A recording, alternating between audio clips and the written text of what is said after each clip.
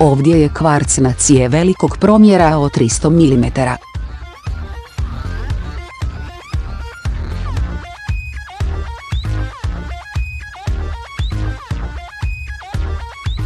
Automatski smo izrezali cijev na kratko.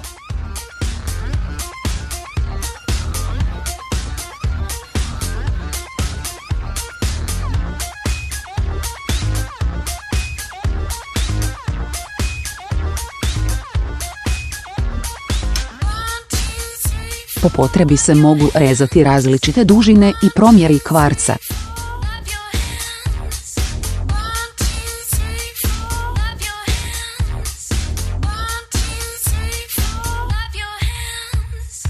Na zalihi imamo tisuće veličina kvarcnih cijevi koje udovoljavaju različitim zahtjevima klijenta.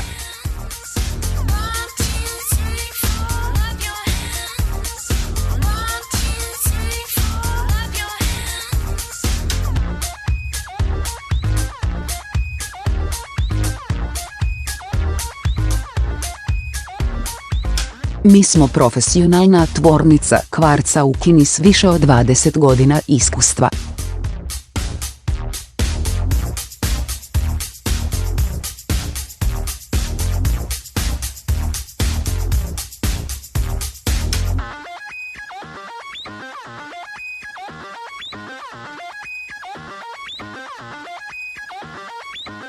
Nakon rezanja brusimo kvarc kako bismo zagladili dva kraja.